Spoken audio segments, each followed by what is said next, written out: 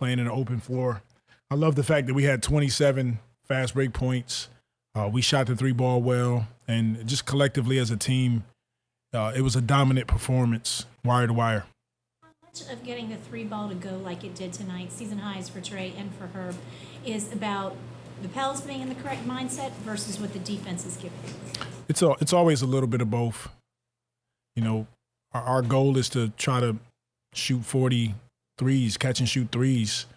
But, you know, there's some games where guys are closing out hard to us, and now it's drive, touch the paint, rim decisions, and there may be another kick out from there. And we did that several times as well. But when we're open for those shots, those guys work too hard not to take them.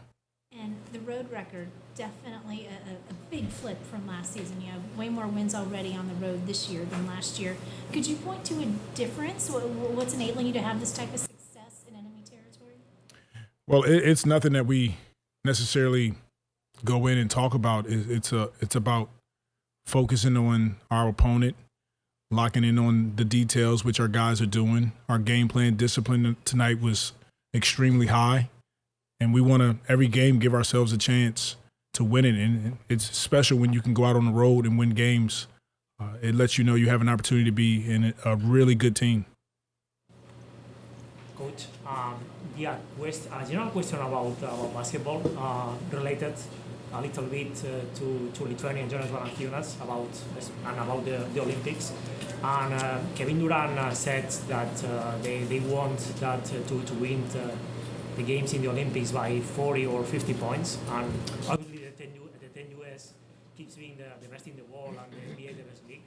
But do you think that this is possible in the current context of basketball with a much even basketball in the world? Yeah, I don't know. You know, it's as you see around the NBA, it's more of a global international game as well. It's a ton of international players that are high-level all-stars, champions, MVPs of our league. So, you know, it's going to be tough to go out and execute and win those games, but I think we're more than capable. Will it be 40 points?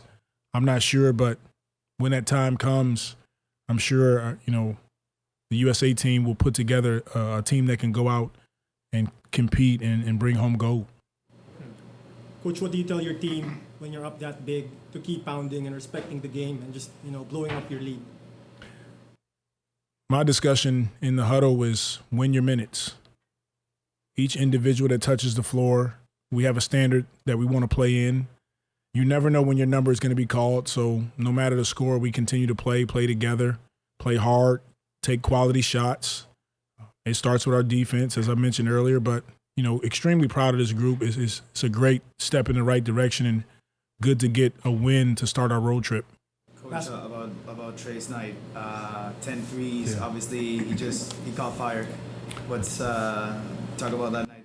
Trey was fantastic. When he's shooting the ball like that, we're a hard team to beat, and he knows that. It's good to see him start to make some shots because it opens up the lane for Brandon, for CJ, for Zion, for the rest of our group when he's making shots like he is tonight. And then Herb Jones, same thing. And, you know, he works diligently at his shooting and other components of his game. It's good to see him play with the confidence that he's playing with. What would be the biggest challenge for you guys in this final phase of regular season? The challenge for us is always, you know, looking ourselves in the mirror and going out with the mentality that we want to be dominant every game. We want to execute. We want to execute on both ends of the floor. And every game, we should have an opportunity to win, period. And that's going to be the challenge going down the stretch. It's going to be, as you guys can see, some of these games are going to be exciting. There's teams fighting for positioning, and we're one of them. So each game that we play, we're going to have to have a mentality that we want to execute on both ends of the floor. Coach, a couple of nice dunks in the second there, one from Brandon, one from Zion. What did you think of those plays? Was there one that you kind of liked more than the other? I like both of them. You know, whenever those guys can get out on the break and attack, it's fun to watch. That was a fun game to be a part of. It was, like I said, dominant performance on our part. And it starts with Brandon, it starts with Zion, it starts with CJ, our three main guys. I thought they set the tone early. Coach, is there anything different on the Jonas Valanciunas role on the floor compared to last season? Yeah, it is. You know, you watch the league, it's getting faster. And so there's times where we like better matchups for JV.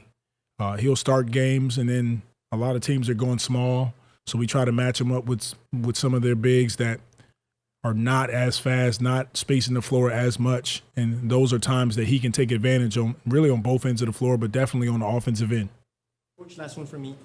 You were teammates with Allen Iverson for a couple of years in Philadelphia, and he will be honored by the Sixers next month with a structure in the training complex. What's your most unforgettable moment with him, and how do you describe him, not as a player but as a person? First of all, my time as a teammate of AI's was fantastic. He'll give you the shirt off his back. He was a great teammate. Loved being around him.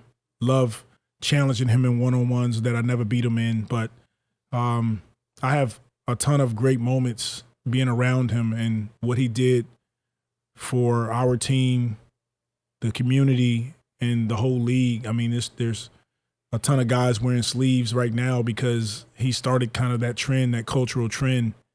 And one of the hardest playing teammates I've ever had, and I learned a lot being around him. So if there's anyone deserving of a statue, it's definitely him. Okay, thank you.